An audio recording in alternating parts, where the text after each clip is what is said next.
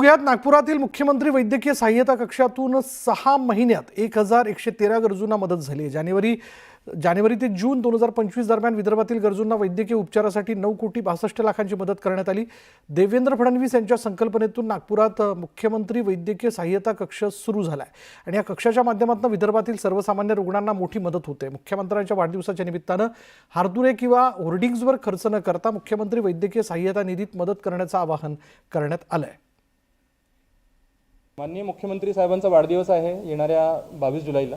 तर आम्ही जे आहे नागपूर कक्षामार्फत आणि विदर्भ कक्षामार्फत जे आहे जितके म्हणजे दानशूर व्यक्ती आहेत समाजातले, तर त्यांना आम्ही इतकं आवाहन करतो की आपण जे आहे ते जास्तीत जास्त प्रमाणात मुख्यमंत्री सहायता निधी या कक्षामध्ये जे आहे आपली देणगी द्यावी।